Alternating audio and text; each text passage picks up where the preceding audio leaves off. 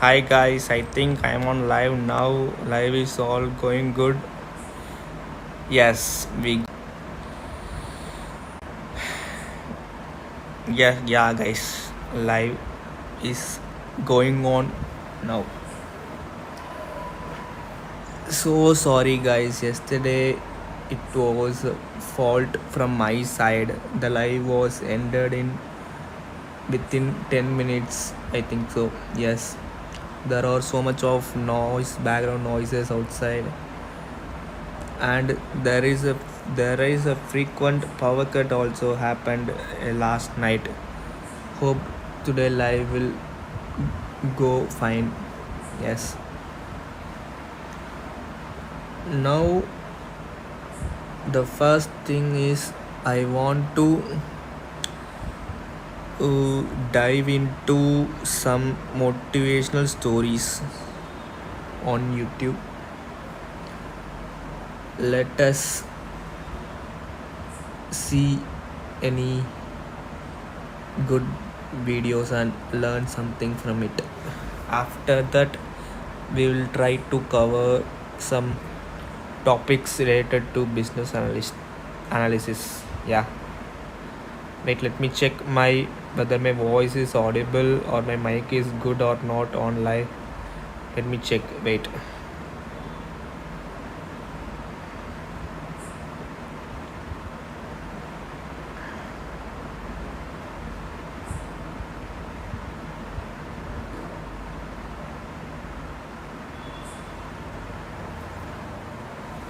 Mm,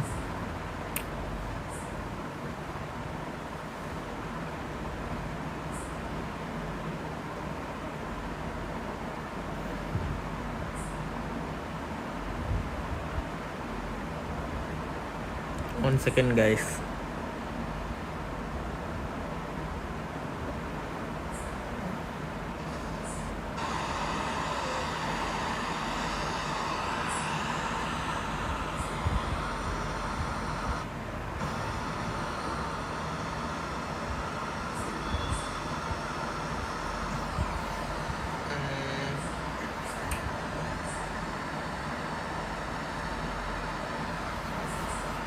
Guys, there is so much of noise. I think so.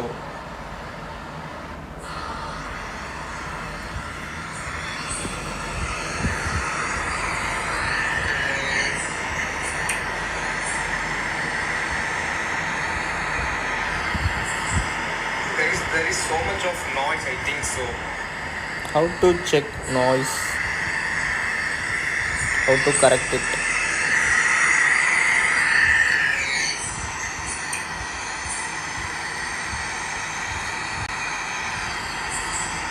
Guys, there is so much of noise. I think so. How to check noise? How to correct it?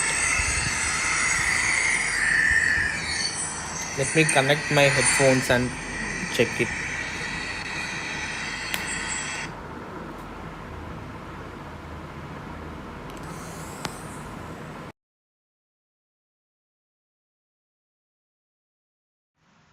Guys, is it okay now? The noise is uh, is low.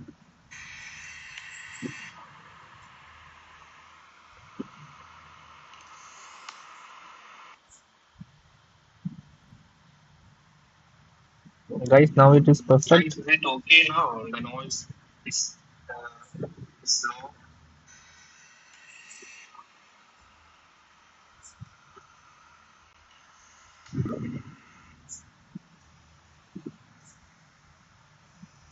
Guys, now it is perfect. Is it okay now? The noise is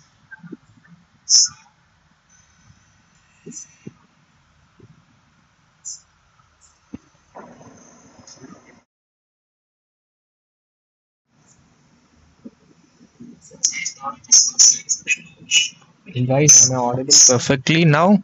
Is it everything okay?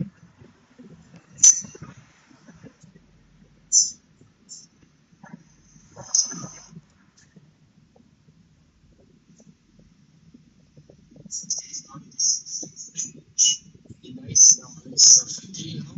Is everything okay?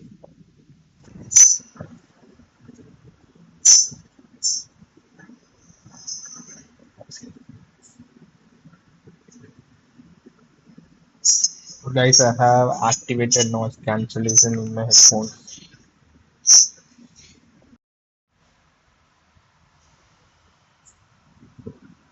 So it is perfectly alright.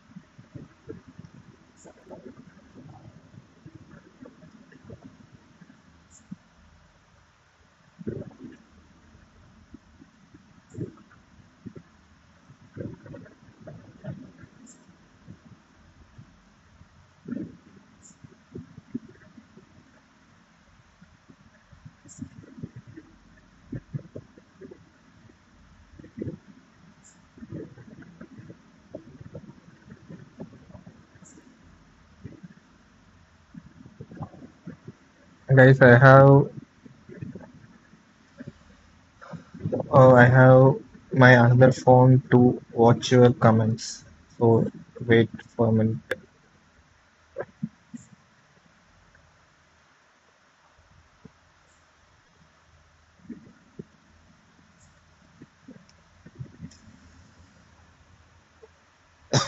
Wait for a minute, guys.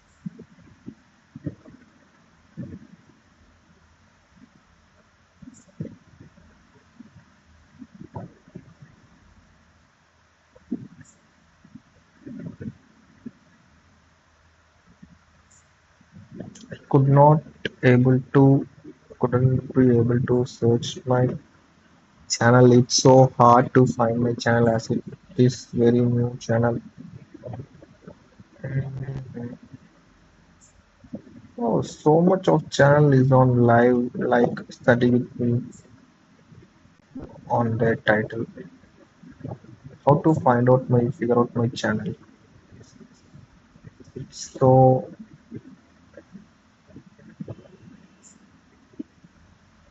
yeah, I got it.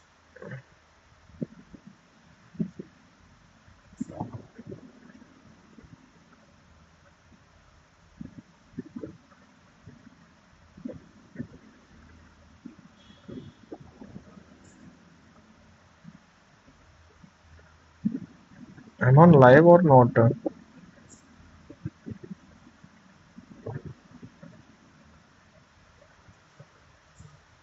Yes, I'm on live.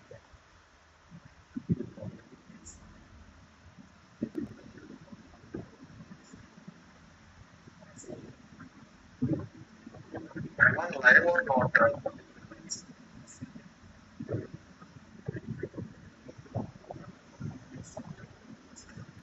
Yes, I'm on live. Guys, am I audible perfectly now? Because I have raised the microphone sound. Am I live or not?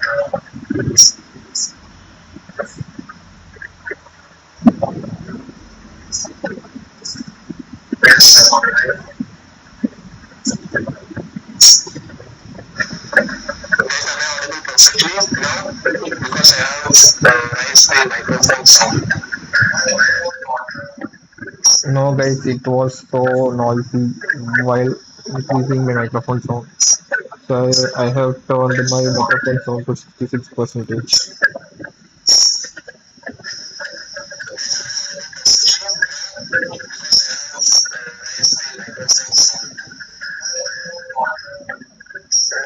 It was so noisy while increasing my microphone sound. So I have turned my microphone sound to 66 percentage. Sorry for sorry for annoying guys. It was my new life. That's why.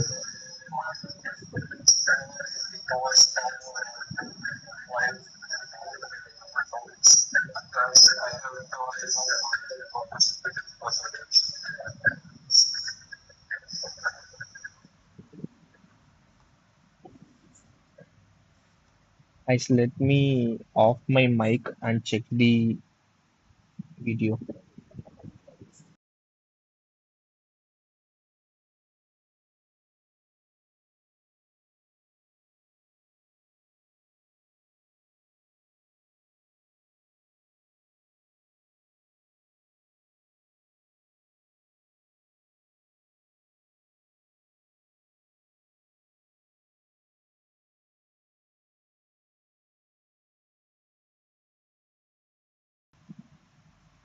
The microphone is now on, so no issues. I have to start studying. If anyone is watching, kindly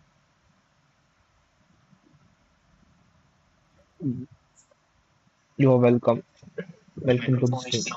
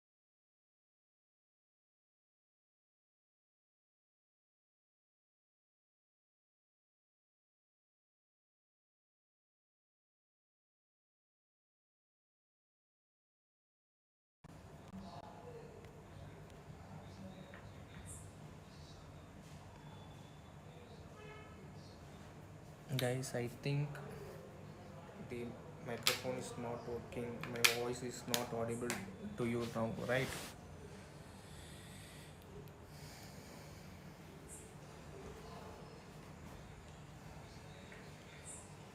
Yeah, only it's audible. Please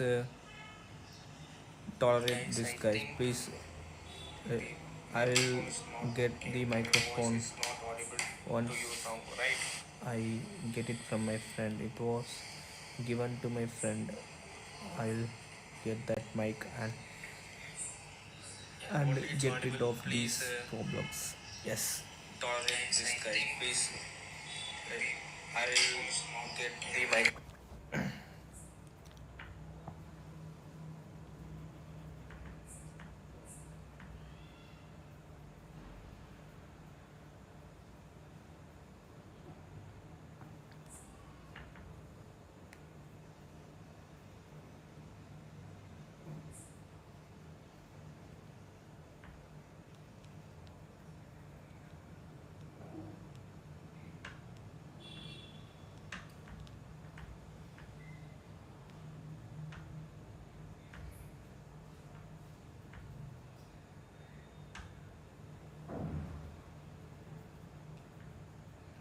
Guys, let's start with some motivation stories, okay?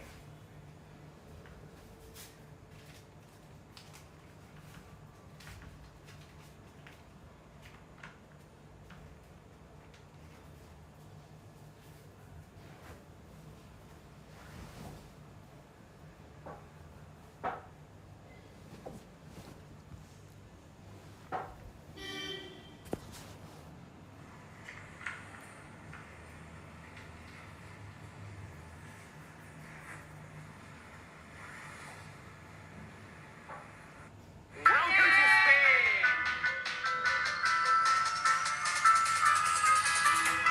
And one more shot? And on today's video, I'm going to be traveling through this little city in Spain called Alicante with this beautiful teacher of English who was born in the United States and who actually is a native speaker.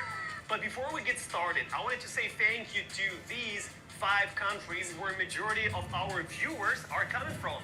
Number 1, Brazil, Japan, India, Vietnam, and South Korea. Let's focus on the some business English at work, talking in corporate, okay?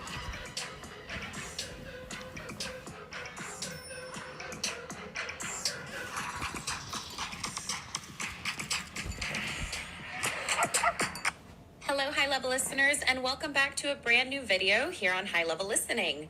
Today's video is about talking to your boss or upper management or other coworkers at work. This can feel a bit nerve wracking, especially when you want to get your point across and be understood at work, but you don't want to seem too direct or too pushy.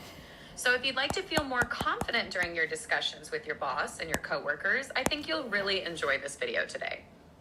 Yes, I really think so as well. Hello everyone, welcome to High Level Listening. This is our YouTube channel where we help take your English to the next level. I'm Mark from the UK, so I'll give you a bit more British culture and perspective. And I'm always with Kat from the USA, so she'll give the American side of things. And together today we want to help you feel more confident in both American and British English with their accents, the vocabulary and the way of speaking English in general. Now, if you'd really like to take your English to the next level, we also offer Now we are going to see some business using of business English at work.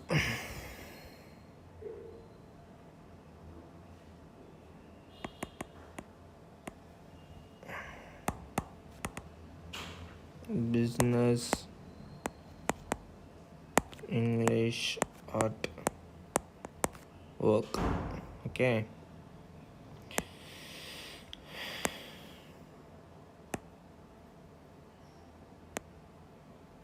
Next line will be,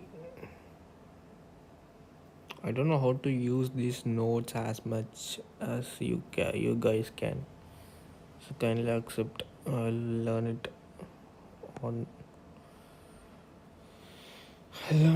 soon. PDF transcripts for every video for all of our YouTube members. So if you join us as a member, we have a members only section in our Work or in the office where we need slightly more formal language.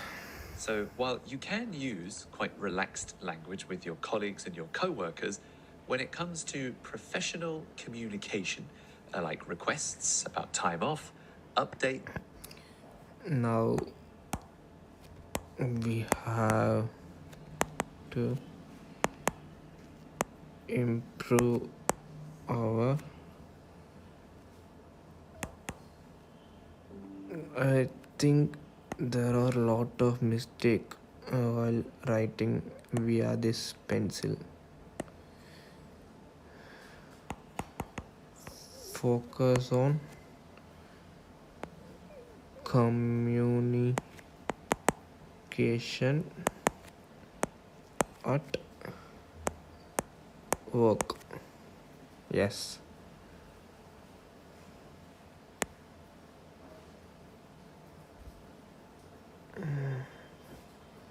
Instructions, deadlines. Non-native speakers might choose simple, directed sentences, which might be clear, but they might not make the best professional impression. And in reality, what happens is these really simple sentences end up feeling maybe a bit cold or even can be considered a little bit rude or impolite. So, in order to help all of our students feel more confident in what they want to say, we'll first give you a sentence that is a basic, simple. It is raining outside.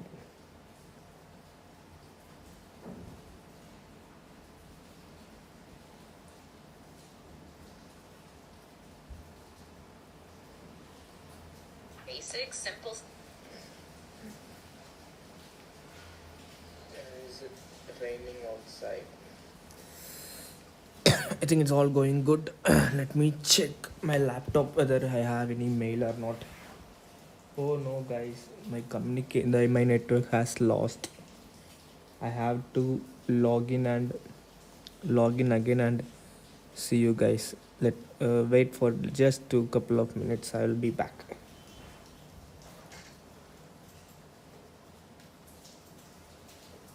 I, I will log in my terminal account and get back to you. Just a second, just a minute.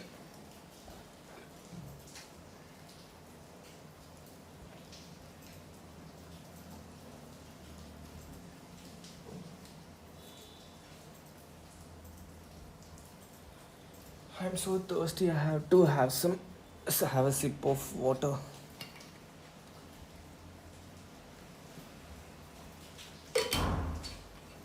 Oh no, guys, it is raining heavy outside, but it was good.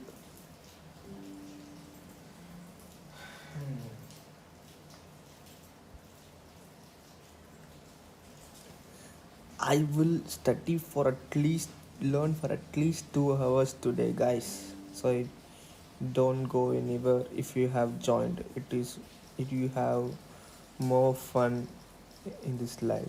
So don't miss it.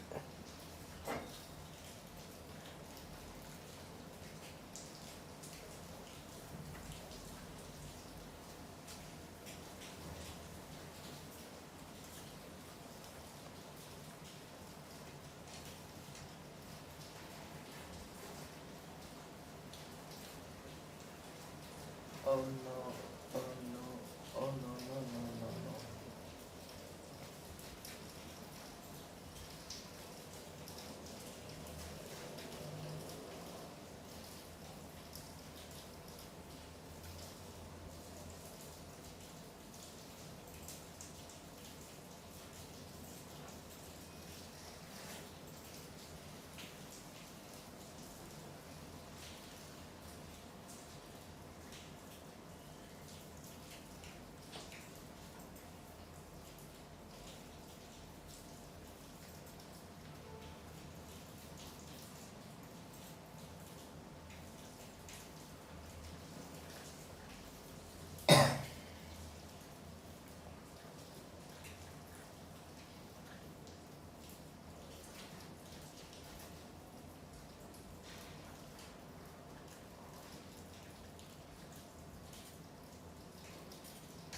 Guys, I have work. So kindly wait for just 15 minutes. I'll be back. And I am also simultaneously hearing the video through ears, so no issues. Sentence, but that is going to be too direct. Now, Wait, honestly, let's and hold and it's not great start sometimes, with but when some someone motivational uses a stories very of simple sentence at times, they think, okay, Business I English. said it, Yeah, I translated it exactly, and here's this simple sentence. But we might think, oh, maybe you don't want to say that like that, okay? So we'll basically give you a better basic version. Don't worry, it won't be too difficult. And then we'll give you a clear and polite version that native speakers would often use. Yes, and then the very last step is to give you a very formal written version of the same sentence. This is something you would send in an email and is the most formal version. So you get to practice all levels. We'll start with the too direct, then more basic, then clearer, then formal and written. So let's show you what we mean. Let's get started with the first sentence. The first situation is asking for a meeting. You want to sit down and talk to your colleagues, talk to your boss or upper management about a project. You need a meeting. The too direct version would be, we need to meet now. Like, hi, we need to meet now.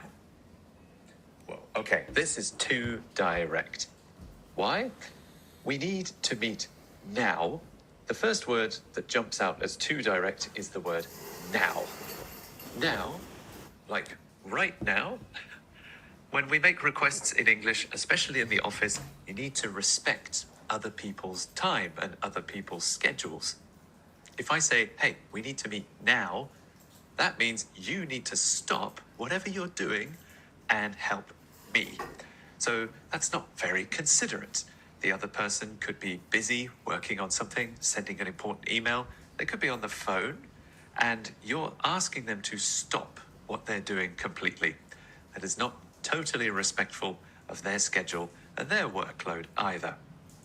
We need to is also very strong. That sounds like something your boss could say down to their workers, but it's not something I could say up, and it's not something I would say to people on the same level as me. We need to meet now. Ooh, that gives not a great impression, even though I understand what you mean. So a basic version of this that would be better, would be more professional, more polite, but still clear, would be, can we talk about the project? Can we talk about the project? Making it a question is immediately more polite. That way, I'm respecting my worker's schedule. I'm asking them if they have time, if they are ready, and this is much more professional and considerate.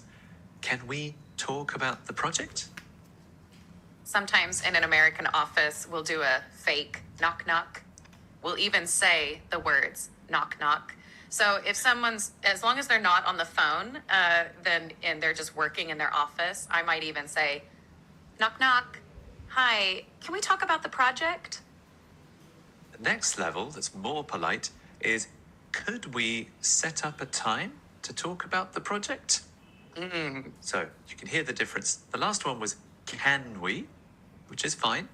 The more polite version is, could we? Could is more formal. Could we set up a time to talk about the project? This is more respectful because now I'm asking to set up a time.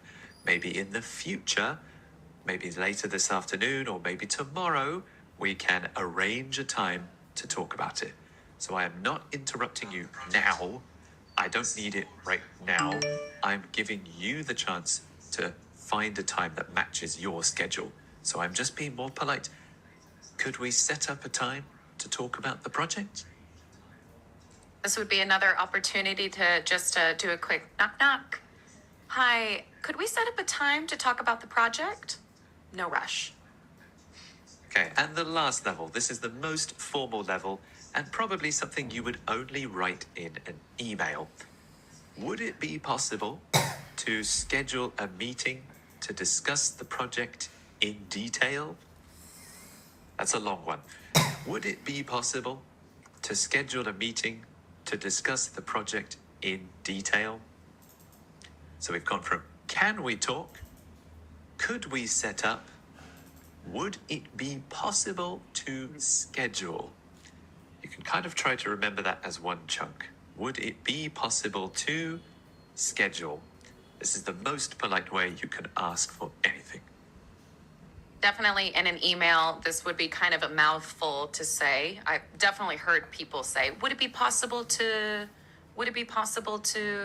So this makes sense, but definitely great as an email.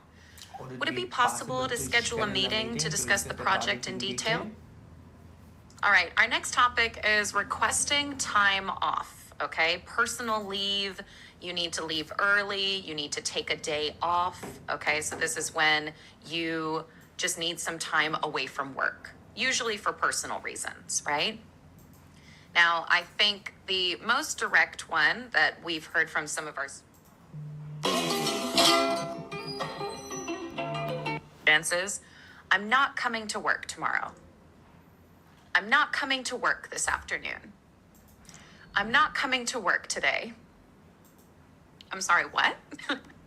So if you are going to just tell your boss or tell your coworkers, I'm not coming today, this sounds like you are mad about something, you are angry about something, and there is this is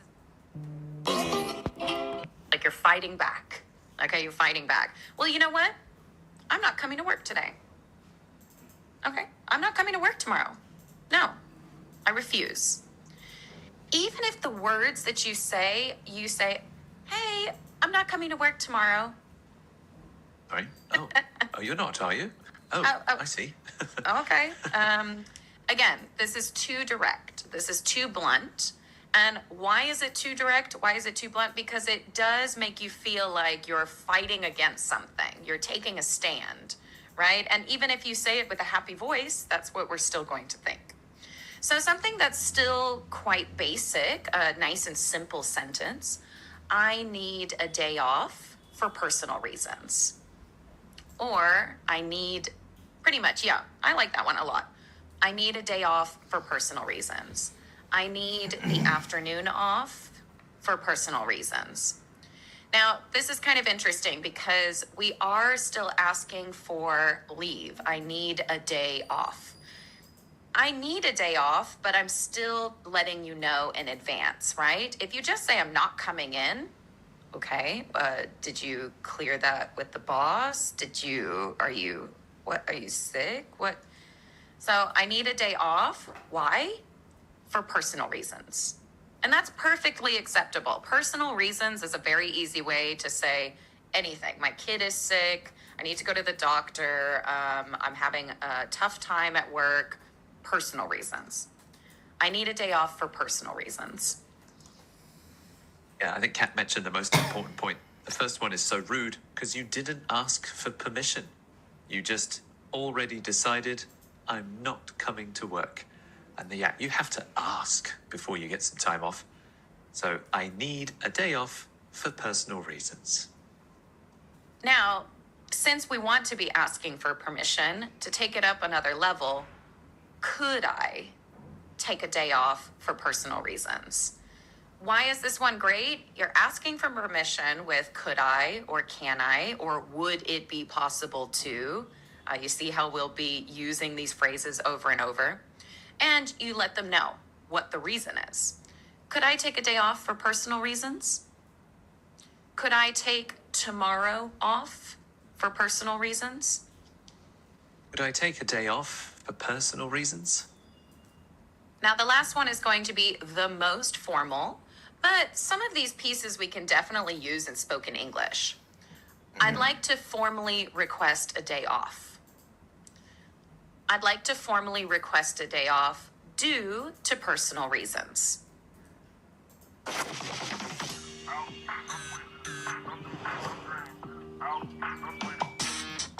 Okay, now we're going to add on another section that's easy to add on as well.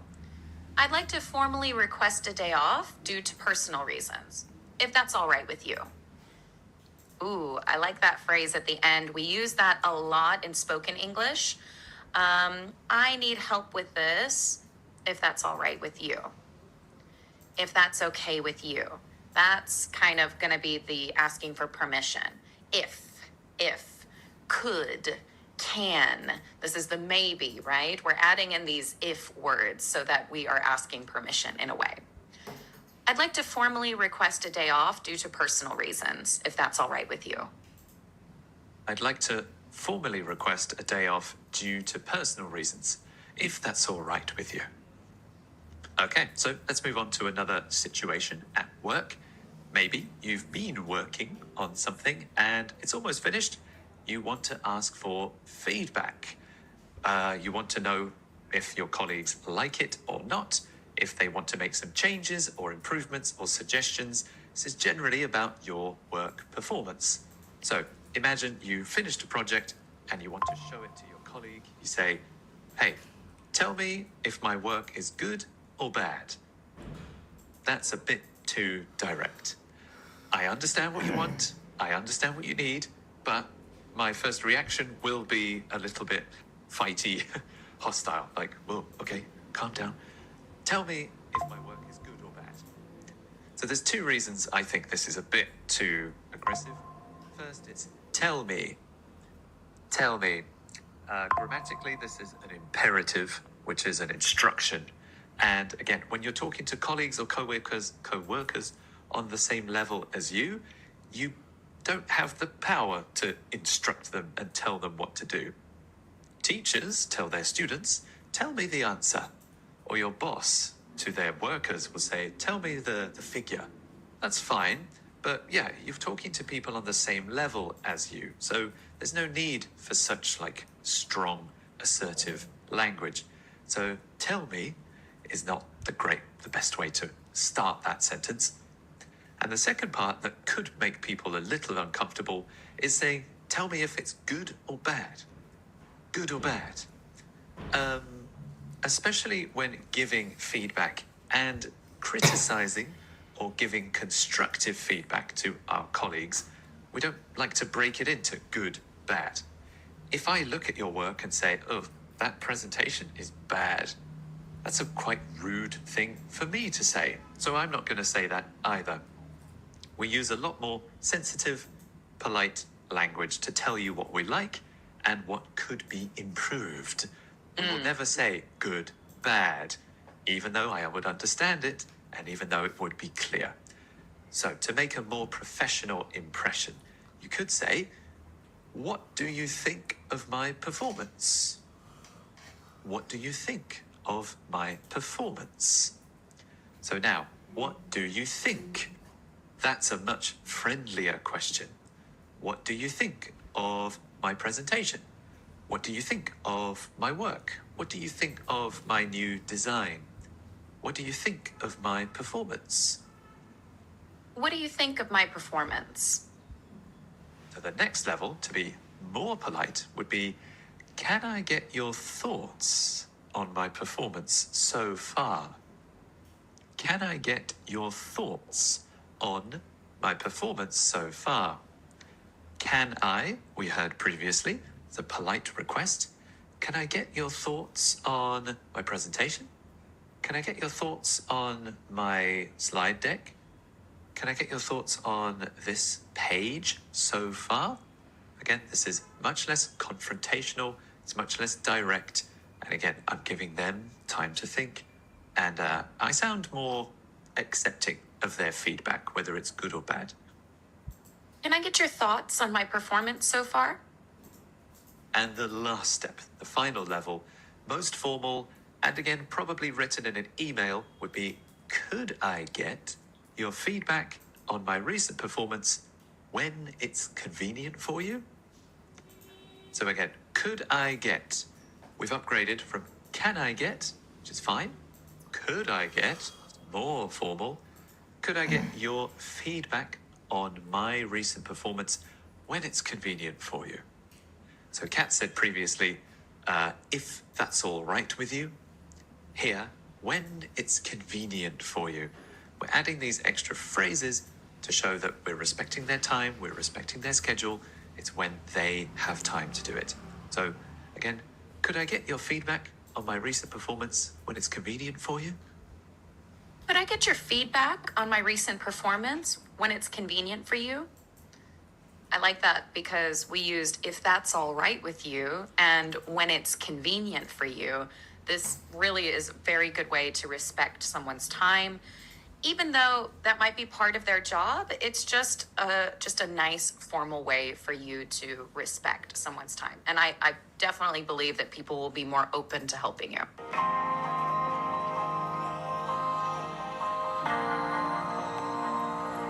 Are you looking for a non-surgical solution to contour your face? You should see this. Endolux is a non-surgical. Okay, so number 4, we've got sharing an update. Okay, so now if you're working on a project with team members, you have a job, they have a job. Here's my work. Here's my work. If someone in a work project walked in and said, hi, Kat, good morning. Here's my work. Your work?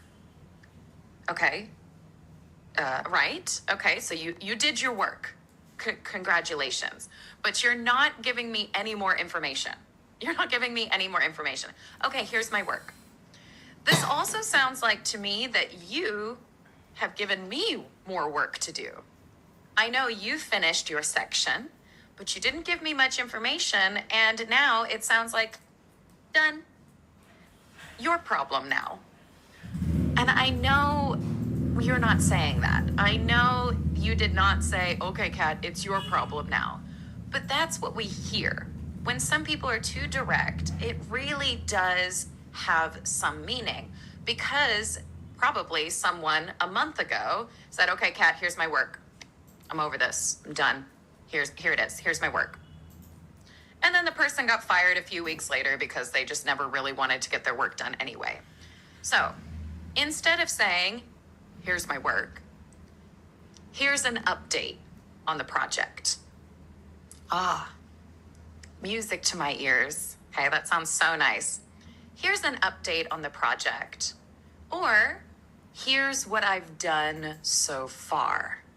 Now, we've got two words here that really help me understand that we're not finished yet, okay? An update. Now, an update is when you get some news or some new information on something, but it's a continuing thing, okay? We're getting updates every week until the project is finished, right? Here's an update on the project. Here's an update on what I've done so far. Here's what I've done so far. That means up until this moment.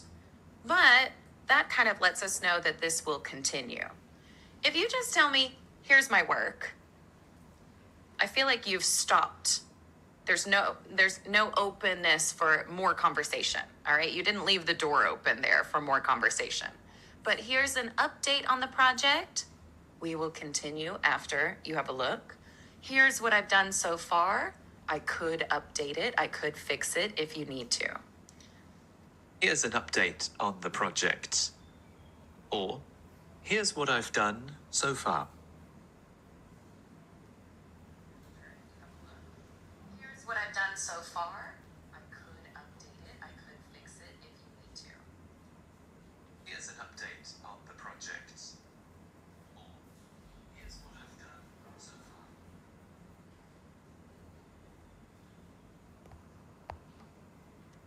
So here we'll take it up one more level. Clear and also quite polite. I just wanted to update you on my progress with the project. Okay, so remember the original one, here's my work. I just wanted to update you on my progress with the project. Okay, so if you walked into my office and you said, hi, good morning, I just wanted to update you. When we use this phrase, I just wanted to do this, that means I'm not going to take a long time. I respect your time. It's just something quick that I'm going to do. I just wanted to update you on my progress with the project. Progress. This is how far I've come. Okay, here's what I've done so far. Here's an update. This is my progress. Meaning we're not 100% finished. I'm open to fixing problems. I'm open to working together in the future, right? I just wanted to update you on my progress with the project. The British accent, it might sound a bit different. I just wanted to update you on my progress with the project. So again, progress and project. So I just wanted to update you on my progress with the project. And I'm on my progress with the project. Right, yeah, America's more consistent. Oh yeah, I like that. So our final one would probably be something that you would see written, okay, especially in an email. I'd like to provide you with an update on the progress I've made on the project thus far. When it comes to the word thus, it's very much a written word, thus far. I'd like to provide you with an update on the progress I've made on the project thus far. I'd like to provide you with an update on the progress I've made on the project thus far. Okay, so this is the last one we'll share with you in this video. If you want to ask for clarification. In other words, imagine you're in a meeting and somebody says something and you don't totally understand. Maybe they used some technical phrase, maybe they talked about some software or some process that you're not totally sure about. If you have questions and you need to ask for some extra information, you're asking for clarification. Do not say, "What are you talking about?" Or do not say, "What are you saying?" So these phrases would come across as quite rude. I would understand that you need some clarification. But if you said, "What are you talking about?" That sounds like, I think you're crazy. Someone's talking about, I don't know, the earth is flat. I'm like, what are you talking about? That's nonsense. That phrase in this structure just sounds like disbelief. Like someone crazy on the bus sitting next to you is saying weird things. What are you talking about? What are you saying? It's quite, again, accusatory. It sounds a little bit hostile, so I wouldn't use that one. If you want some professional clarification about a task, a project, or instructions, a better thing to say would be, "I don't quite understand the task." I don't quite understand the task. The reason this is more polite is because we're shifting the perspective. In the first one, the direct one, it's "What are you talking about? What are you saying? What did you say?" And to be polite in office English, we will try to avoid the word "you" as often as we can, because "you" gives blame and "you" gives responsibility. Like it's your mistake, your fault. So we avoid that as much as we can. And instead, we'll focus on I, we, or the problem itself. So a simple way to be more polite is to start more sentences with I. So, "I don't quite understand the task." So now, that's not your fault, you're weird. It's me. I don't understand. Sorry. This is my responsibility and I want to learn more. So if you need clarification, say, "I don't quite understand the task." I don't quite understand the task. I also like the word "quite" here is because it sounds like I understand 90%, but I don't quite understand that last part. I don't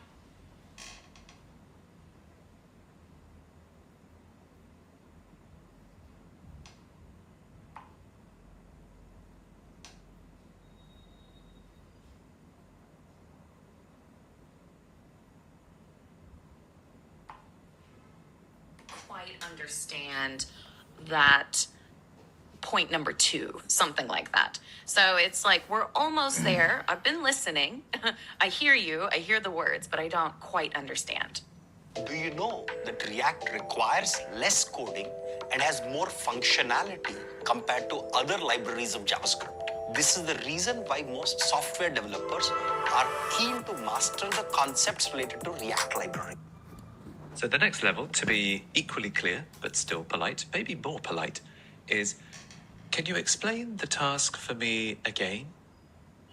Or, "Can you explain the process for me again?" "Can you explain the process for me again?" I know I just said that we avoid the word "you," but when you're making a question, a polite question, "Can you?" is still fine. That is still polite. So, "Can you explain the task for me again?" Again, it's a question, so it's already more polite, and it's "can you?" which is also polite. So, "Sorry, I don't quite understand. Can you explain the task for me again?" Can you explain the task for me again? And the last one, the most formal one, which is probably also an email. "Could you clarify the details of the task for me, please?" So again, we've upgraded from "can you" to "could you." "Could you" is the more polite version. And when we're writing, sometimes we use different vocabulary than when we're speaking. One example is clarify. Could you clarify? I think when I'm writing an email, I would write clarify. If I was speaking, could you explain? But could you clarify the details of the task for me, please? Again, it's a question. It starts with could you. It's very formal. Clarify is such a good word. I bet if I looked at some of my old work emails, I bet the word clarify would come up 20 times at least. Could you clarify? Make it clear. Could you make it clear, right? Could you clarify the details of the task for me, please? So the details of point number 2, or could you clarify the task for me, please? Could you clarify the details of the task for me, please? Okay, everyone, we've reached the end of our lesson for today, and we hope that they were really helpful for you. We hope these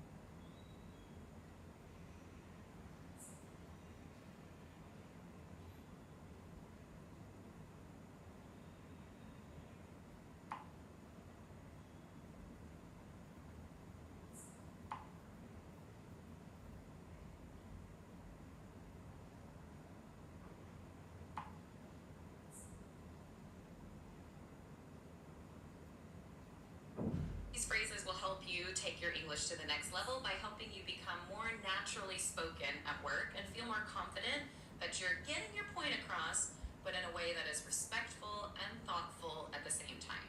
If you like this video, please let us know in the comments as we have lots more.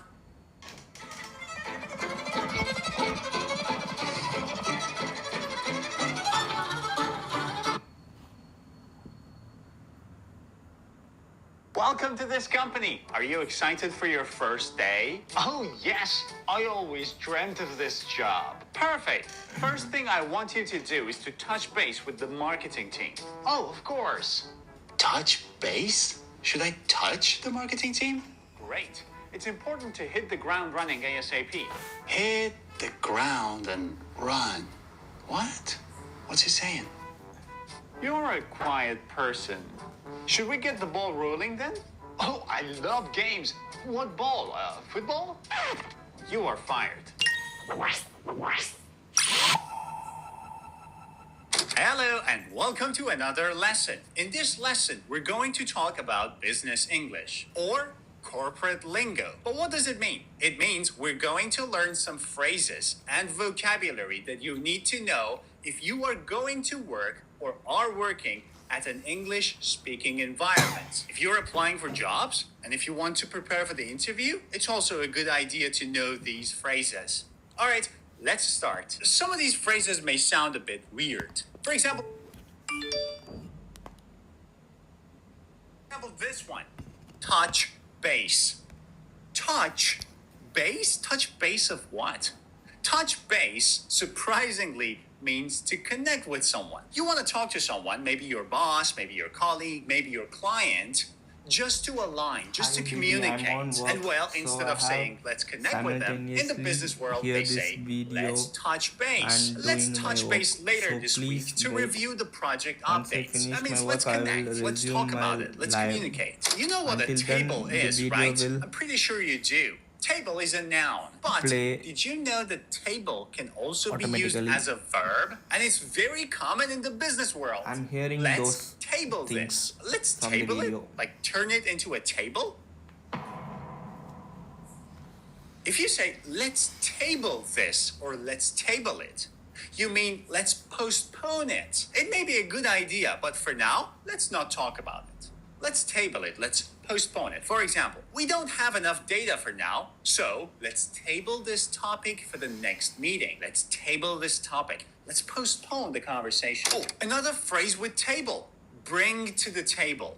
This seems like a phrase to be used in a restaurant.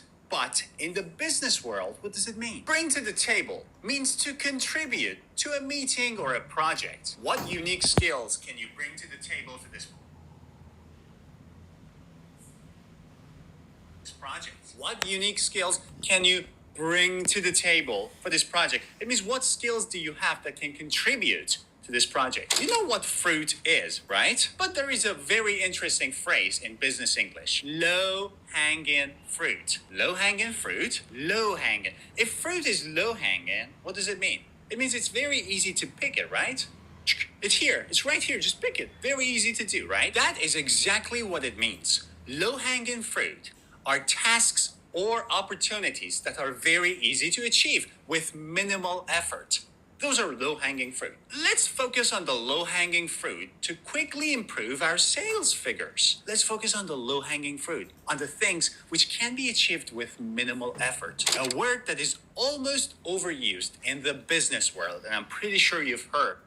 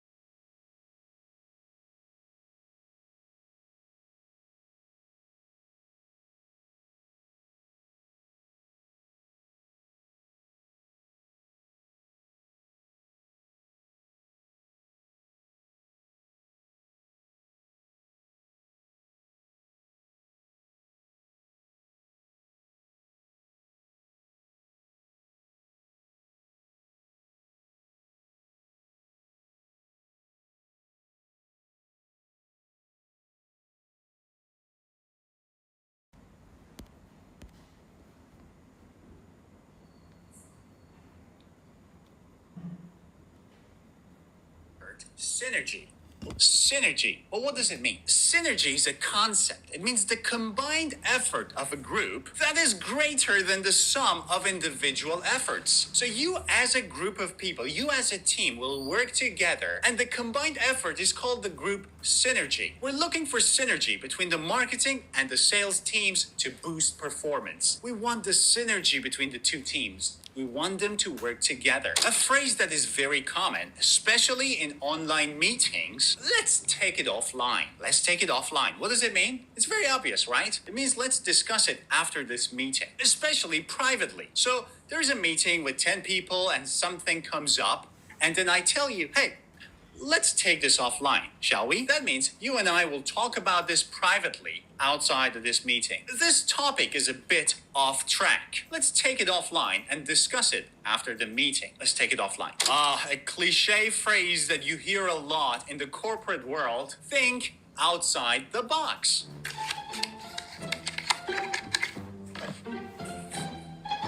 What does it mean? Think outside the box? To think outside the box means to think creatively. We need to think outside the box to solve this issue with our marketing campaign. It means we need to think creatively. We need to come up with a creative idea to solve this problem. And another word that you must know in business English, leverage. Leverage is basically a fancy way of saying use. It means to use something to its maximum advantage. We can leverage our existing customer base to drive growth in the new market. We can leverage it. You leverage something that you have, a particular skill, or in this case, your customer base. You use it effectively to achieve something.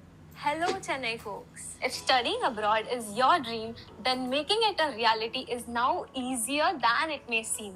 Bigger. That is leverage. Now it's time for a dialogue. Hey, can we touch base about the marketing campaign for a few minutes? Sure. I've been thinking we should focus on some low-hanging fruit first, like improving your social media presence, It's an easy win. Good idea, but we also need to think outside the box for the new product launch. We want to stand out from the competition. Agreed. Can we bring something to the table that is different from what others are doing? I think we can leverage our existing customer base. They trust us, and that could help us get traction in the new market. That sounds like a plan. We can create some synergy between the sales and marketing teams to make that happen. Great. Let's table the rest of the conversation until we get more data. We don't have all the numbers yet. Sounds good. We can take it offline and continue after our next meeting. I hope you're enjoying this lesson. So far, we've learned 8 phrases and we have 8 more phrases to cover. But before we continue, let me tell you something. Do you want to have the summary of this lesson and all other lessons of mine on YouTube in one PDF file for free? That's right. You can download my Ultimate English book, which has more than 500 pages of lesson summaries, and you can get it for free. But how? Simply click on the link above my head, go to my website, type in your name, your email address, your country, and click download. You will receive the link in your inbox. And now, back to the lesson. Back. A phrase with back. Back to the drawing board. Back to the drawing board? Have you been drawing something? It's actually a very common business English phrase, and it's often used when you fail at doing something as a business. But what does it mean? It means to start over, start again from the very beginning, usually with a new plan because, well, your first plan was not successful. The client didn't like the proposal, so it's back to the drawing board for us. Back to the drawing board because the client didn't like it. Let's start from the beginning. Oh, another phrase, but this time with the word ball. What do you do with a ball? You can roll it. Let's get the ball rolling. Wait, is this business English or are we playing soccer? Yeah, wait, believe me, this is a very common phrase. Let's get the ball rolling. What does it mean? It means to start something, especially a meeting or a project. We need to get the ball rolling on the new marketing campaign. We need to get the ball rolling. We need to start. One word that reminds me of work a lot, and that if you work in an English-speaking atmosphere, you will hear it a lot, is streamline. Streamline. What is it? Streamline is to simplify a complex process. Why? Because you want to make it more efficient. That's streamlining. So you may hear this a lot. We're trying to streamline a lot of our processes. That means we're trying to simplify them, to make them more efficient. Streamline. We need to streamline our workflow to meet the deadline. We need to streamline our workflow. It means our workflow is not very efficient right now, and we need to streamline it. You've had a meeting at work, and something didn't go quite right, and your boss starts a sentence with, "Moving forward," oh my God, that means from now on, something should change. Let's say in your company, there has been very poor communication across multiple departments. And your boss will say something like, "Moving forward, we'll need to improve communication across departments to avoid delays." Yeah, moving forward basically means from now on. And in the same meeting, your boss will look at you and say, "I think you should take the lead on this one." Take the lead. That basically means you're in control. It's your responsibility. Take the lead. James will take the lead on the new marketing campaign. James will take the lead. It's James' responsibility. And in the same meeting again, your manager will look at James and say, "You will take the lead, but keep me in the loop." Keep me in the loop? What does it mean? It means keep me informed of what you're doing. Keep me informed. Let me know. Keep me in the loop. Please keep me in the loop on any updates to this project. Please keep me informed. And the meeting is over and your boss will look at everyone and say, "All right, let's hit the ground running." What will you do? Start hitting the ground? To hit the ground running means to start something immediately and with energy.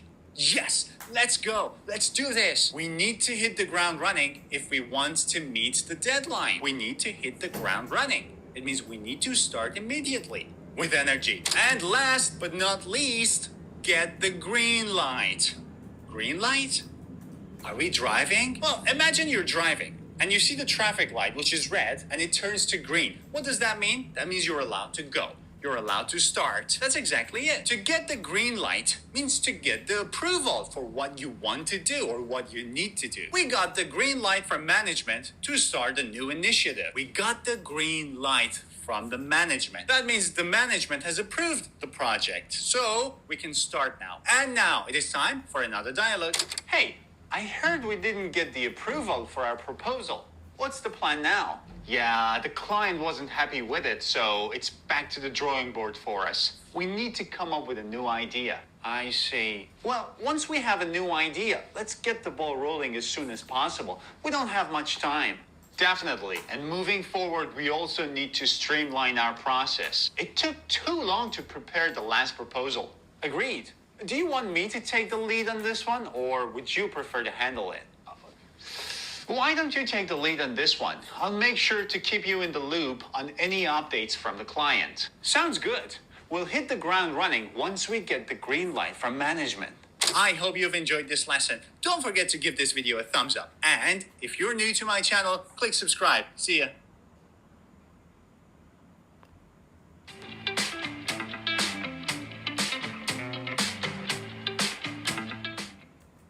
Urban Company Repairs. अब हर repair पर 6 महीने की warranty. Book now. Which one of these do you hear? That is embarrassing! That is embarrassing! That is embarrassing! That is embarrassing! That was fun, right? I am here to challenge your English listening skill. We have 15 questions. 5 beginner questions, A1, A2. 5 Hey, I'd love to pick your brains on some best practices. Do you have a minute to hop on a call? What in the world? Pick your brains? Am I some kind of Frankenstein monster?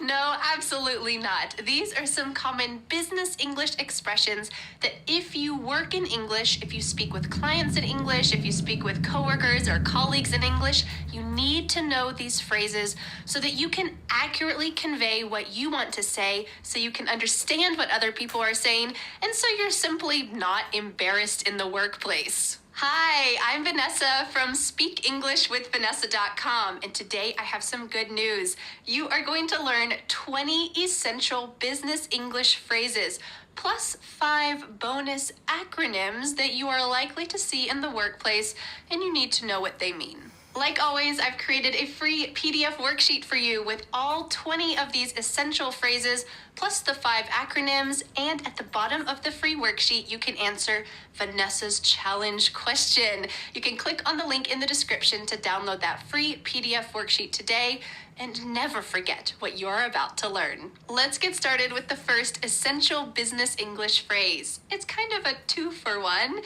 It is a case of the Mondays. Or you might hear some people say, Mondays, am I right? I got a question for you. Do you love waking up early on Monday morning and going to work? If you said no, well, you're not alone. A lot of people really do not look forward to starting a new work week. They had a great time relaxing over the weekend, and here comes Monday again. So sometimes we just simply blame Monday. You could say, I just don't have any motivation to do anything today. I guess I have a case of the Mondays. Or you could say, this printer really isn't working. Mondays, am I right? Of course, it's not Monday's fault that the printer isn't working, but it's kind of a silly way to blame Monday. Poor Monday. The second essential business English phrase is actually a question, and it's extremely polite, and you just heard me say it at the beginning of this lesson. When you have a minute, or do you have a minute? This is a great way to ask, do you have some time to help me? I see that you're in the middle of your work, but I'd like to ask you a favor. So you can use this really polite phrase, when you have a minute, could you look at this report for me? Or do you have a minute to look at this report? Wonderful polite phrase. Essential business English phrase number 3 is a fun one. I'd like to bounce some ideas off of you. Do you get the idea here that there's a bouncy ball? The ideas, and one person shares an idea, the other person shares an idea. Your idea gets better and better and better as you bounce ideas off of each other. This is a wonderful phrase to use when you want to share an idea and you want the other person's opinion, but they don't have to give you solid answers. You just want to share your idea. Let's look at some sentences. Do you want to grab some coffee right now? I'd like to bounce some ideas off of you for this assignment. You just want their opinion. I've been thinking about this project and I'd like to bounce some ideas off of you. Do you have time? And just a little note, sometimes we cut off the final of and we simply say, I'd like to bounce some ideas off you. Both of these are equally acceptable and it's just a personal preference. Essential business English phrase number 4 is first thing in the morning. Notice that there is no the in this phrase. Take a look at a sentence. First thing in the morning, I make a pot of coffee. Or if I don't hear from her today, I'll call her first thing in the morning. This is a good fixed phrase to remember, and you can add it when you're talking about something that you do right away. Sorry, I don't have time to finish the report today, but I will do it first thing in the morning.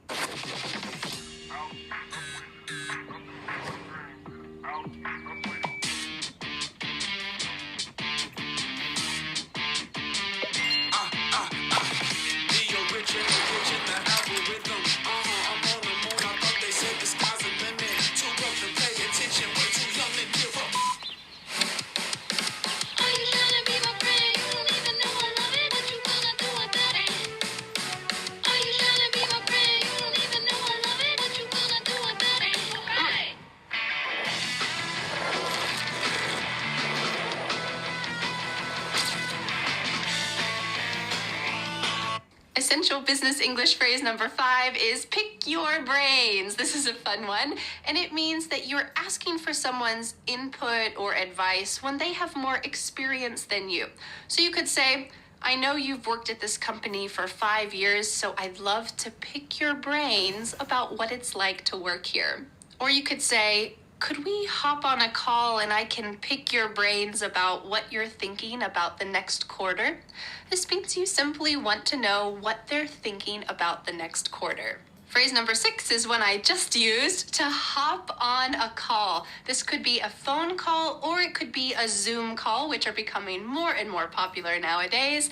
And it means you're talking probably unexpectedly. It's not planned, it's spontaneous, and you want to discuss something. So you could say, do you have a minute to hop on a call? Our client has some questions and I don't know exactly how to answer them. Or you could say, I was going to send you an email, but it might be easier to talk. Can we hop on a call? Great phrase. Essential business phrase number 7 is kind of 2 for 1. It is to shoot off an email or to fire off an email. Both of these verbs, to shoot and to fire, have the sense of it's quick, it's fast, it's organized, it's not long and drawn out. So this means that you are quickly sending an email. You could also shoot off a text on your phone, but it has this idea of something fast. So you could say, I'm going to fire off an email with these questions before we meet with the client. Or you could say, shoot me an email and I'll get to it first thing in the morning. Oh, a good way to combine both of these phrases. Shoot me an email and first thing in the morning. Check, check. Essential business phrase number 8 is email and I'll get to it first thing in the morning. Oh, a good way to combine both of these phrases. Shoot me an email and first thing in the morning. Check, check. Essential business phrase number 8 is an email and I'll get to it first thing in the morning. Shoot me an email and first thing in the morning.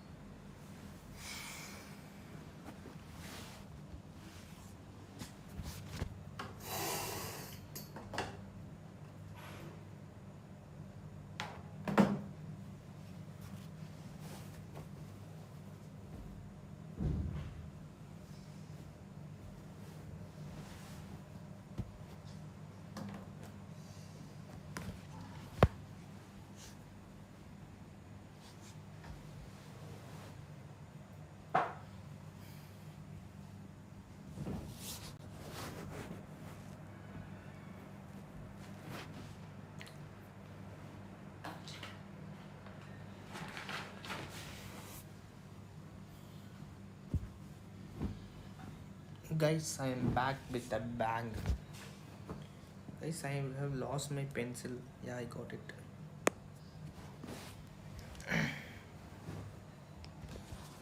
Guys, now we're gonna learn about getting.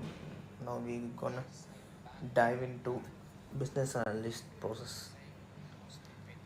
Yeah, I got it.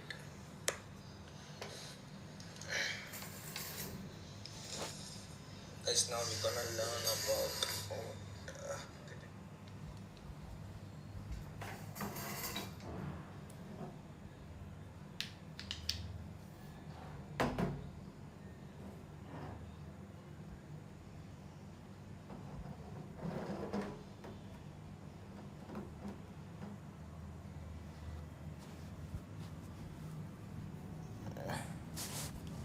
yeah, guys, I'm all set.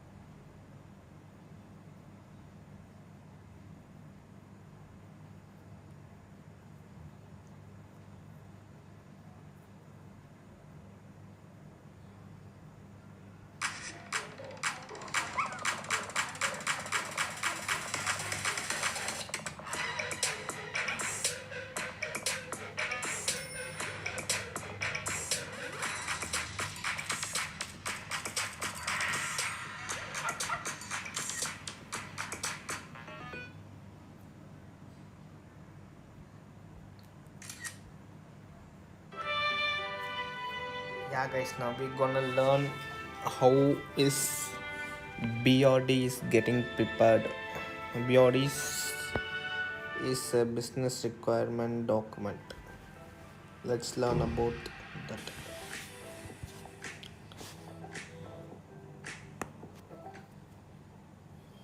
Hi everyone. Today we are going to see a BRD, how to create a BRD and what are the elements present in a BRD. This is a sample BRD and this is for an electronic reporting loan application and this is for a government project in United States. So let's see. Working on that logo needs to be there. Okay, that's the very first page that needs to be there. Next is business requirements document that needs to be there and the heading. Now, if you see here, they've given next page. Are you tired of wasting your time on requirements that nobody wants? If so, stick around for this tutorial on creating an effective business requirements document. Oh no. Hey Business Doc Squad, Dr. White here with the Business Analyst Doctor. requirement. Today, I'm giving you a detailed tutorial on creating an effective business requirements document. But before we get started, if you want more business analysis, training, and tips, be sure to subscribe to the page and turn on the notification bell. With that said, let's get started. Now let's talk about what you'll learn. First, we'll look at what a business requirements document is, or BRD. We'll look at the primary BRD audience. Then we'll look at the main components of a BRD. We'll look at some BRD best practices. And then we'll look at an example of a business requirements document. So what is a business requirements document? This is a formal document that outlines high-level requirements, including business and stakeholder requirements. It describes the project rationale, the scope of the project, as well as the key stakeholders. The business requirements document is often referred to as the BRD. Business requirements documents are used to create stakeholder alignment on the business need. Business requirements document is a formal document that outlines, not outthink, it outlines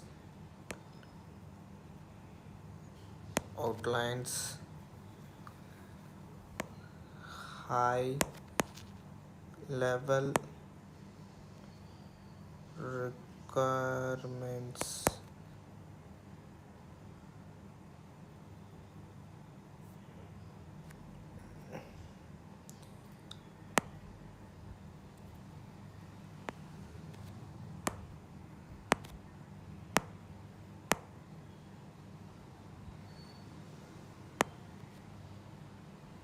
high level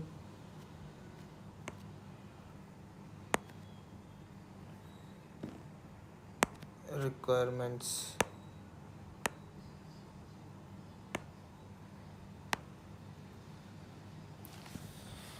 Describes the project rational. Describes the project rational.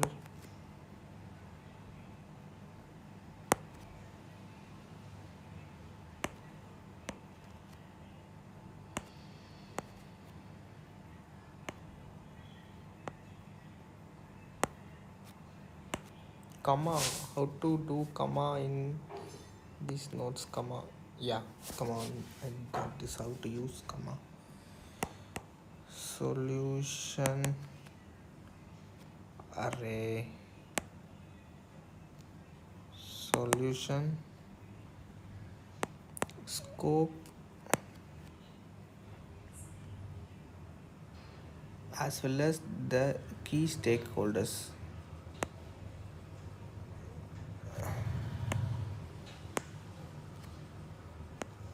As well as the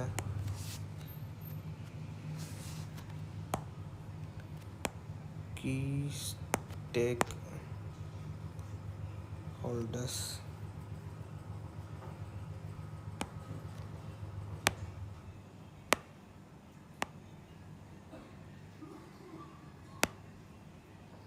Yeah, BRD is nothing but it's a formal document that outlines high level requirements. It describes the project rational, solution scope, as well as the key stakeholders. It contains the project things that we often called as BRT. Okay, formal document that outlines high level requirements. It contains the requirements of the document project. That is business requirement document. It, the name itself, we can able to know what it is. Okay, BRD. Yeah. Then referred to as the BRD. Business requirements documents are used to create stakeholder alignment on the business needs, create a shared Business requirement document.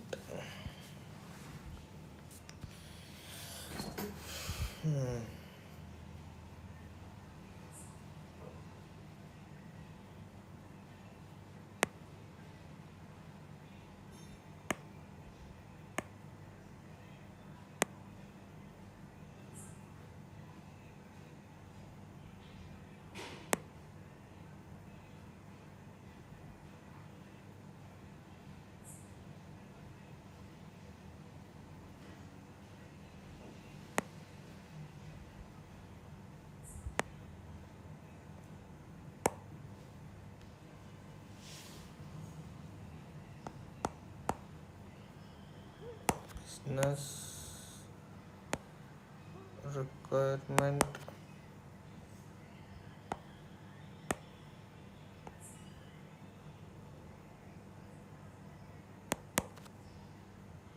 requirement documents are used to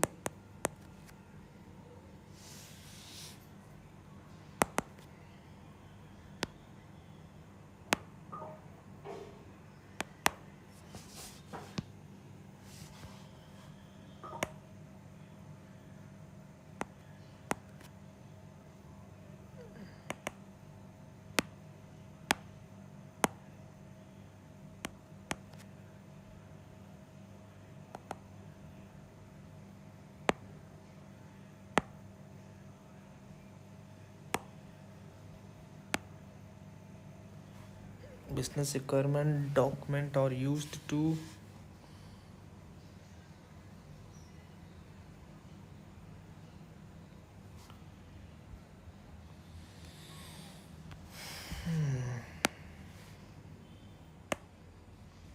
create stakeholder alignment on the business needs,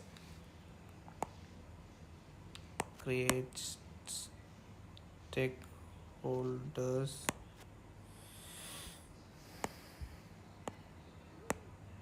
create stakeholders,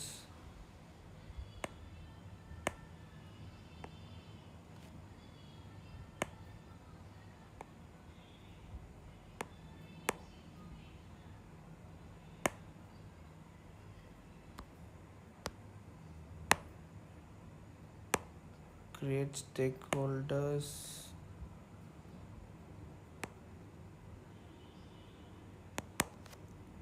alignment,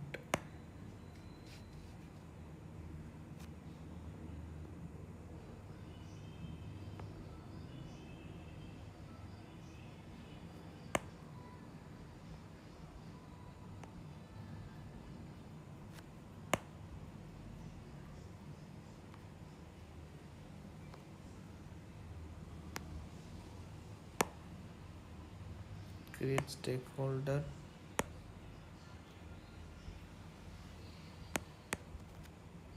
alignment on the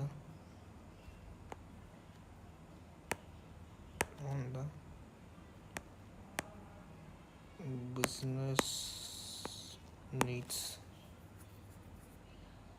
array,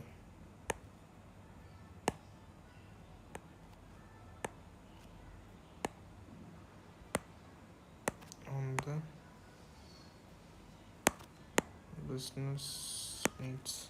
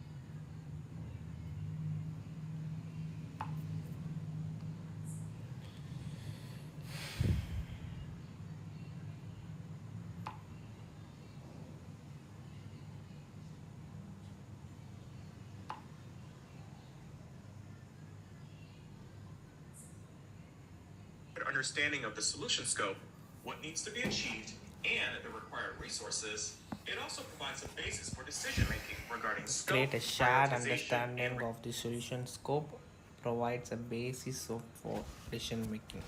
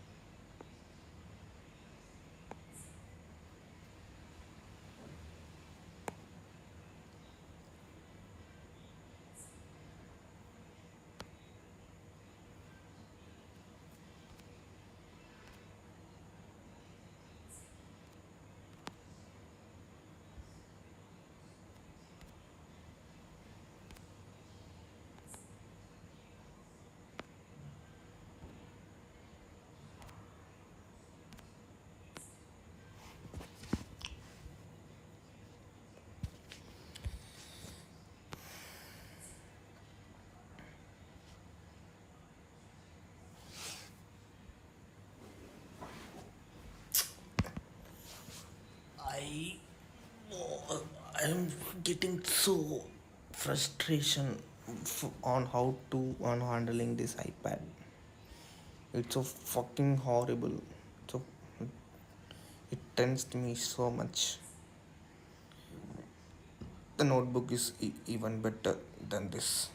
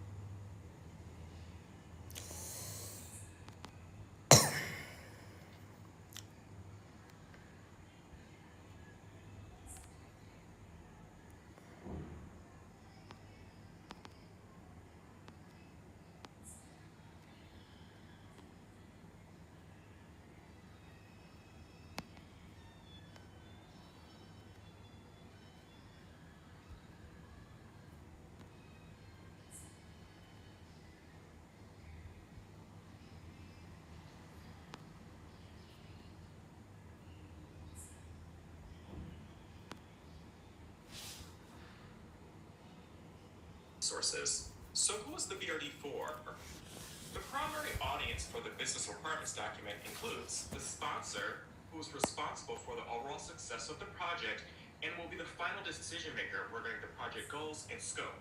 Senior executives and high-level decision makers need to understand the business goals of the project and how they align with the strategic goals of the overall organization. The subject matter experts will provide significant input and insight into identifying the business needs and defining the objectives, scope, and expected outcomes. Marketing and sales teams need to understand the overall scope and direction.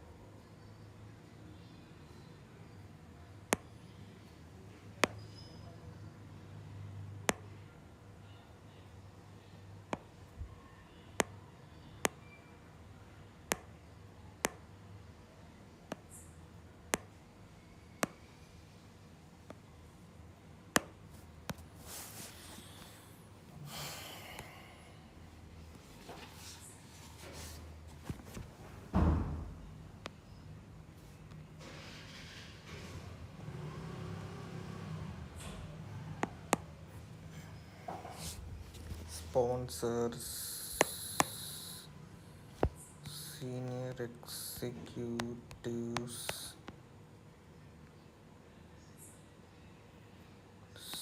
subject matter experts, marketing and sales teams, external stakeholders.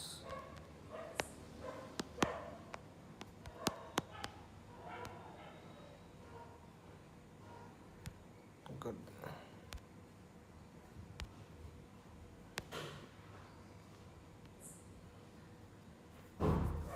BRD, business requirement document.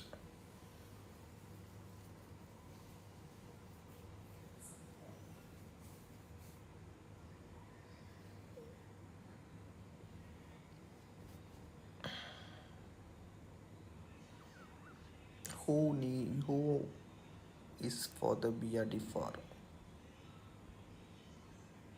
Who is for who is the BRD for? BRD is for sponsors, senior process executives, sub SMEs, marketing and sales teams, external stakeholders.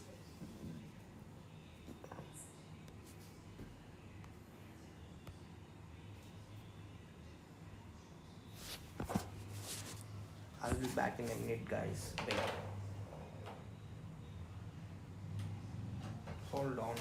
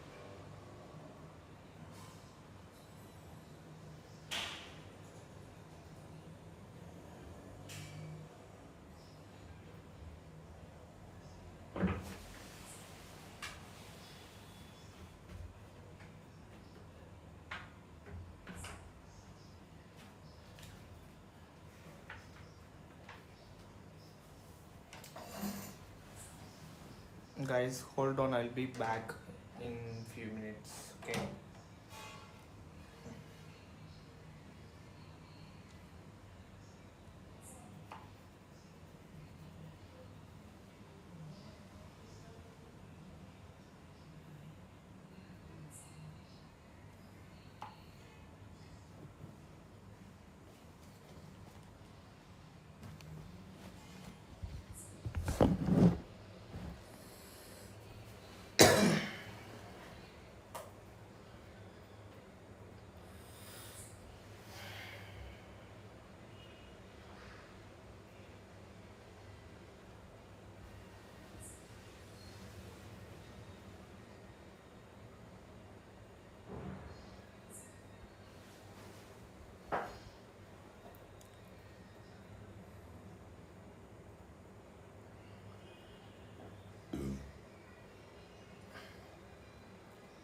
Of the project in order to develop effective messaging and marketing strategies. External stakeholders such as vendors and partners may be interested in understanding the broader business objectives and direction of the project in order to allocate the proper resources to support it. So the main components of a business requirements document include scope and limitations, a glossary, an appendix, and the approvers and sign-off. The first section we'll look at is the business requirements. Business requirements are statements that describe the problem or opportunity, the goals, the objectives, and the expected outcomes. Unlike stakeholder or solution requirements, business requirements are a combination of different types of statements that represent the high-level business needs and the reason for the project. The main components of the business requirements document section includes the following. Need statement. The need statement comes in the form of a problem statement or an opportunity statement. Problem statements describe internal or external issues that cause damage to the organization. This focuses on current problems such as revenue loss, dissatisfied customers, delays in operations and services, or non-compliance with regulatory requirements. These problems need to be resolved by the project. Opportunity statements describe the current situation and outlines the potential areas of growth or improvement in a particular area. This may include opportunities to increase areas such as revenue, customers, markets, reputation, etc. These opportunities are to be seized by the project. Next is business goals.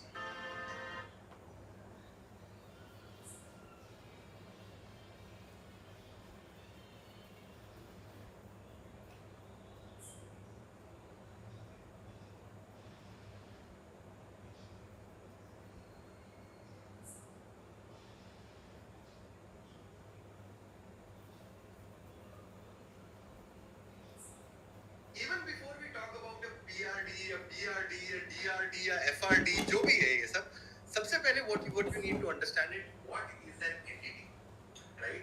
So business and product are two entities. A business is like maths, like 3 in itself, 3 का number in itself has no value, right? But 3 cars, basically you can count 1, 2, 3, right?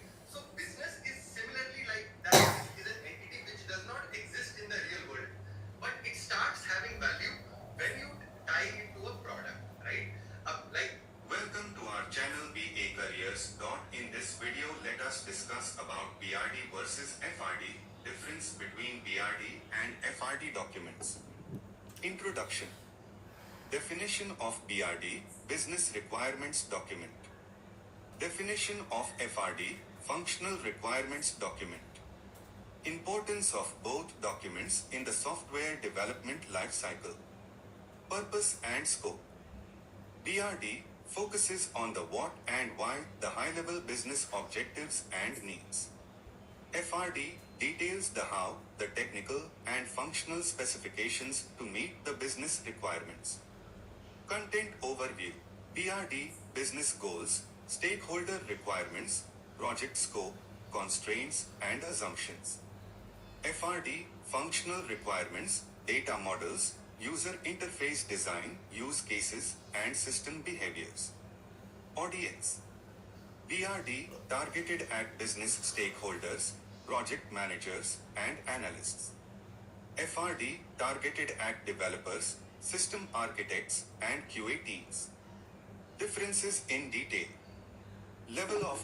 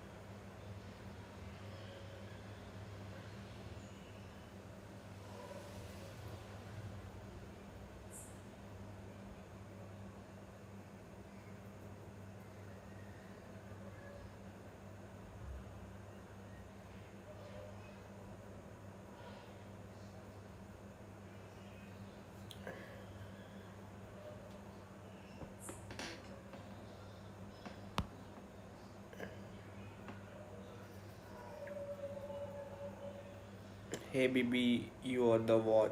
You are the second watcher. I know. Don't be a silent watcher. Interact with me on the chat box. Okay. I'm currently working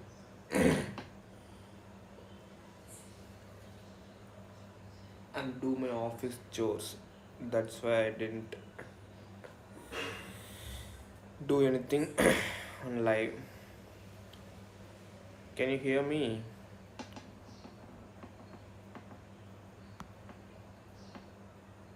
If you're if you can hear me, just leave your comments in the chat box. I don't mind anything. Just I'm doing my office work. That's why the live is on pass, okay?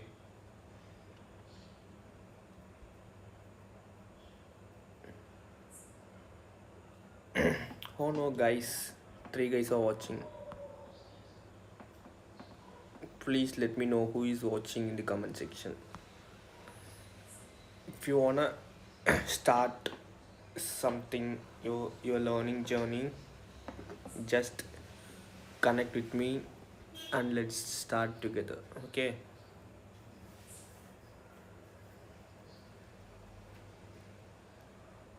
The live might be resume after 20 minutes. I'll start resume my learning process after 20 minutes. Please wait for some time. Yeah, I could see your chat. What? Tell. I don't know who is the third guy. Did you share the live to anyone? Don't share my live to anyone.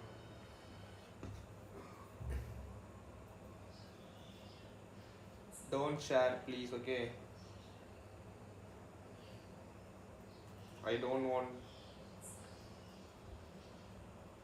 that kind of thing. I don't accept. I don't want you to do that thing, okay?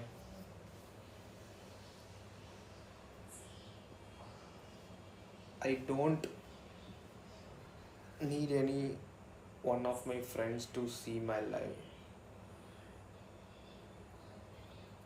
I want the strangers to see my live, okay? So please don't share my live to any one of your friends.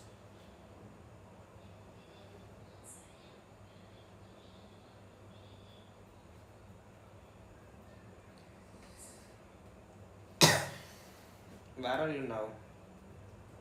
Have you reached your home?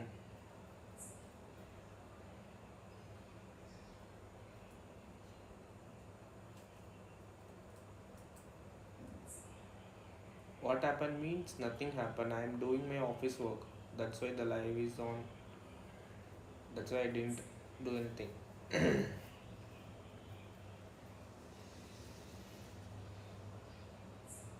So there it is raining. Okay, fine. Have you reached your home or not? Okay, okay, fine.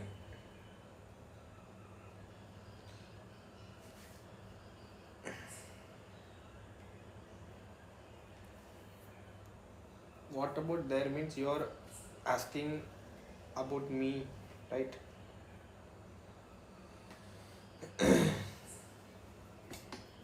I already told you that I'm doing my office work and the live will resume after 20 minutes, right?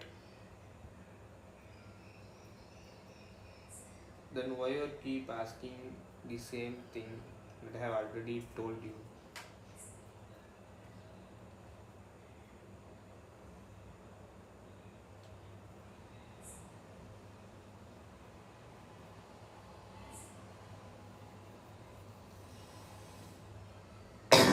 Oh,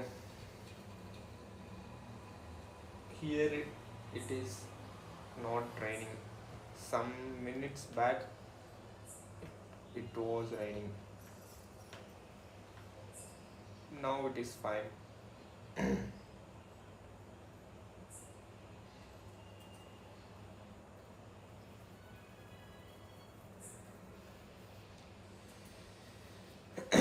I'm working on finalize. Just 10. But doing this 10 is a big task for me.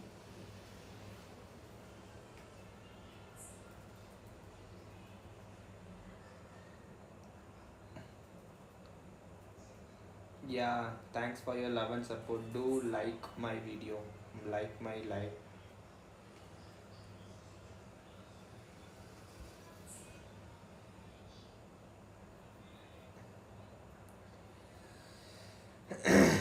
Yes, I had my dinner.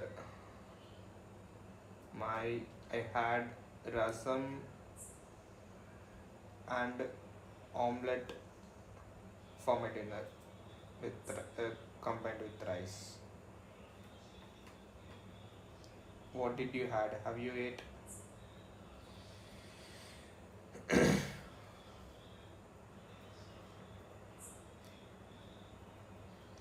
My voice is clear. Do you hear any noise on my background? Is there any annoying situation on my background? Or my voice is clear?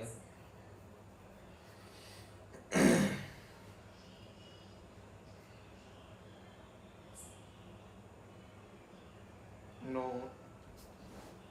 Yes, because here so many of them were left to their hometown, I think so.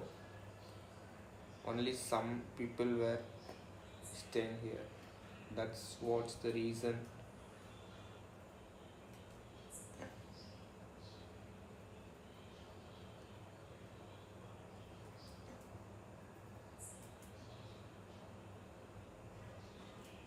Yeah, but the background noise is bearable, right? It's not that too much like yesterday live, right?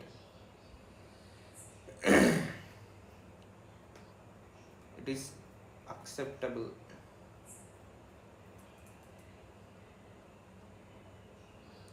Oh no, I am so cute, I know. My voice is also so cute, right? Yes, I know it.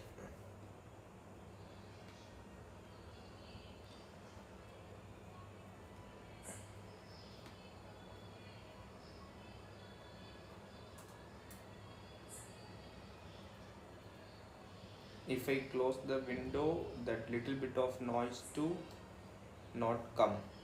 It, the live will be perfectly alright. But if I close the window, it's so suffocate to me. I can't. It was so stuffed. Like I was. It was like I'm dumped in the room. That's why I'm not closing the window. The airflow will better if I open the window. That's the reason why I'm not closing the window.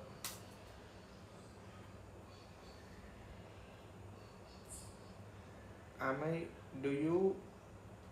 Am I speaking good? Do you able to get to know everything that what I speak?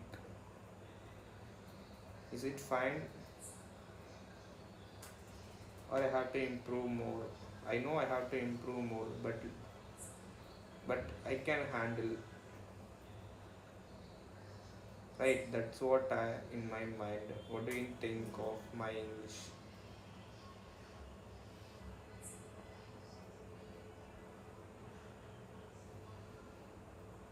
Don't do one line answer. I need something,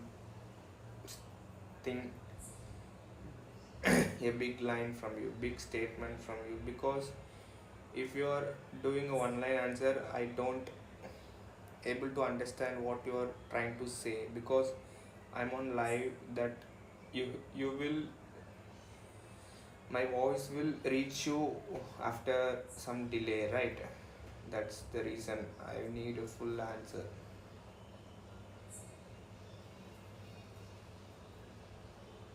Oh, you going to bed? Okay, fine. Thanks for coming.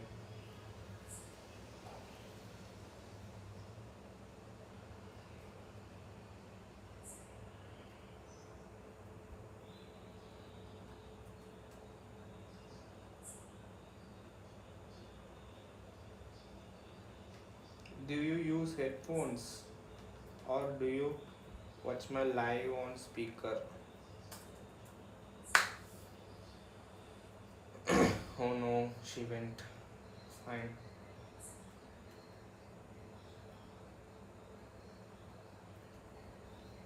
I think the live has been started 2 hours ago. Yes. 5 lakhs. Fine. Good.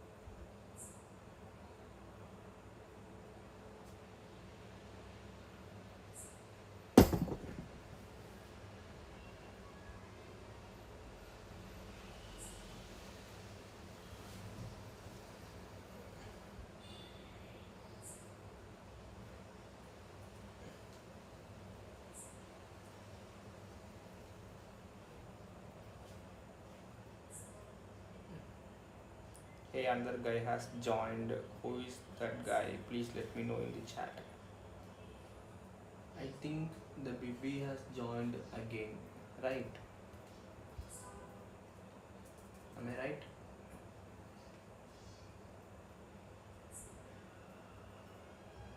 Hey, no response from your side.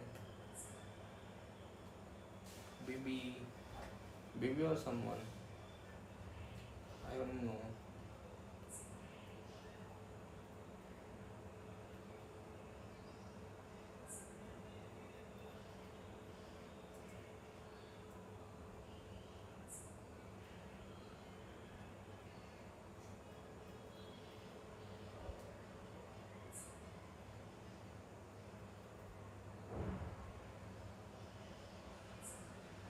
Guys, please let me know who is joining, who has joined my live.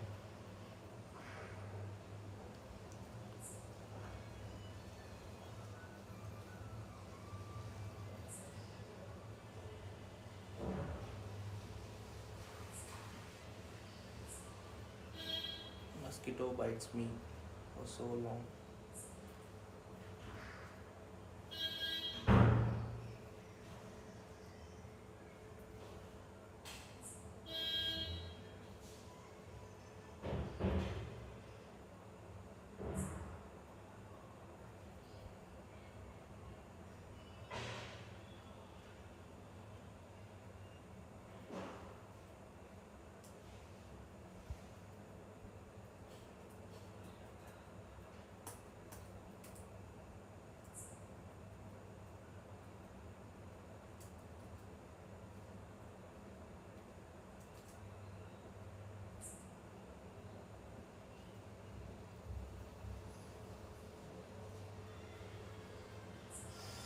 I'm watching through speaker only. Okay. Then it's not watching. You are a viewer that using. Okay. Fine, I got it. Because headphones was charging. The headphones are charging now, right? Okay.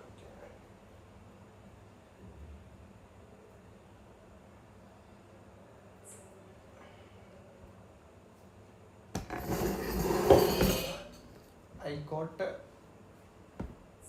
solution for taking notes and project it on live.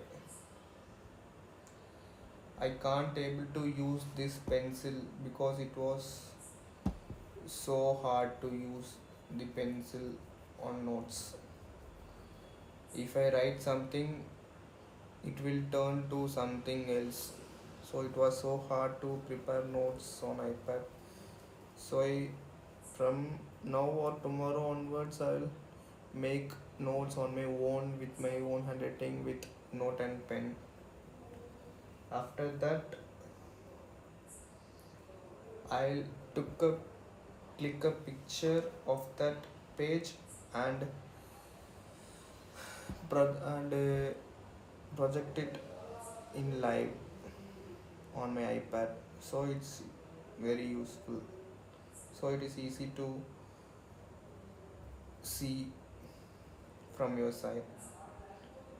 Is it a nice idea? I'll prepare notes on my own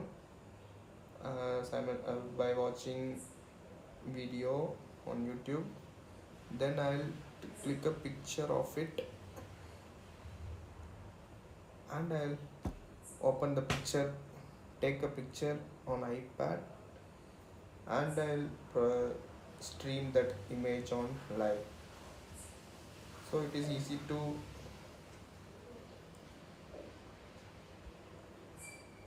for you guys to see.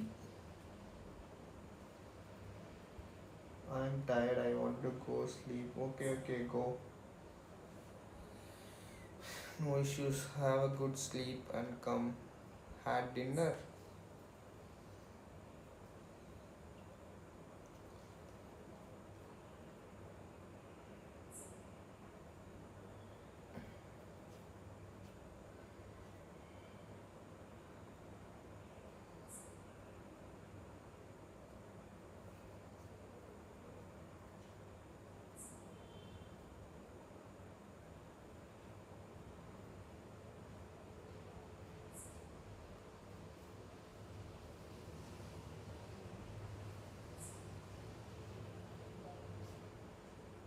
To complete your life, could you please reach out to me? If I don't think so, because if I end my live after 2 or 3 hours, then you will be on a good sleep. I don't want to interrupt your sleep. I don't want to break your sleep. So I'll drop a text. If you are available, then we can connect. Okay.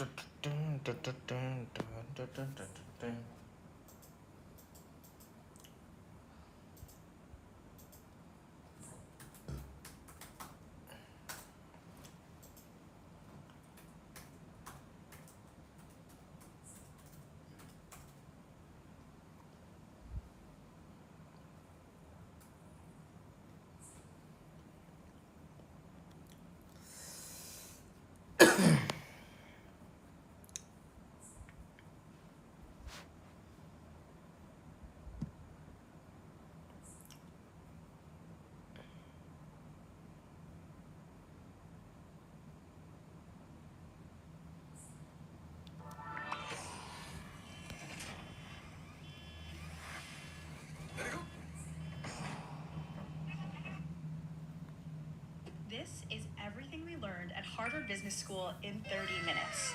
I'm Cherie, I'm Jean, and we're the This is everything we learned at Harvard Business School in 30 minutes. I'm Cherie, I'm Jean, and we're the Tiger Sisters.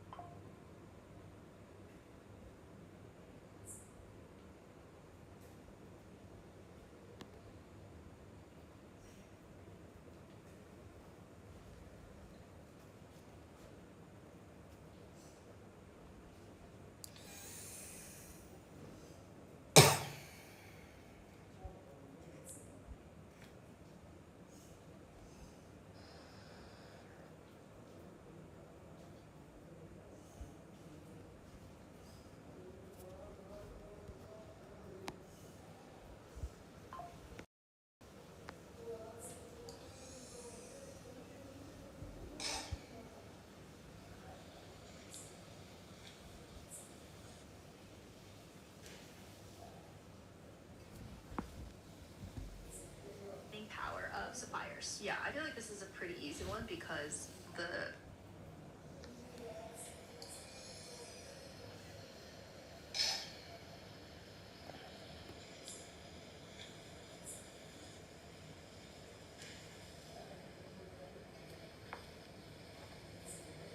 power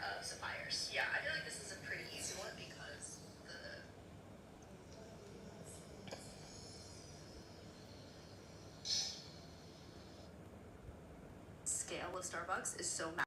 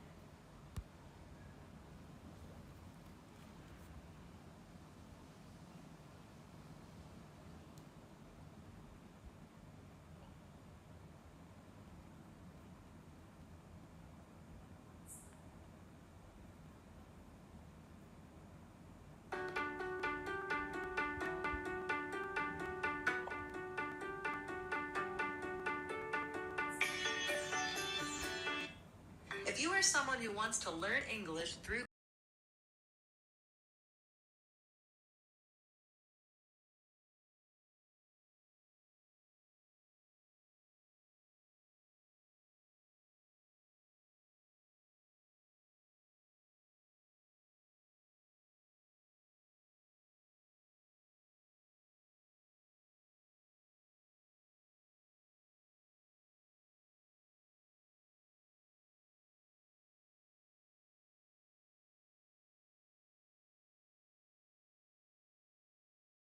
thing, but on a tennis court?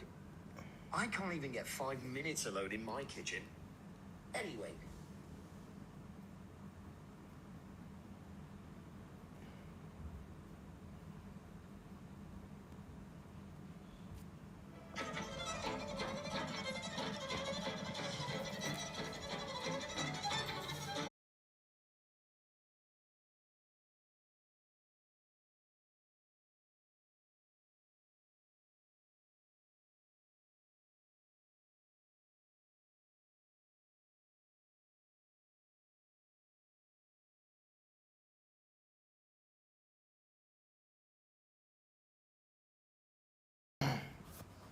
Thanks for watching my live, guys. I'll end this live and I'll resume it on after 3 or 4 hours. We'll see you soon. Until then, it's your boy signing off. If you learn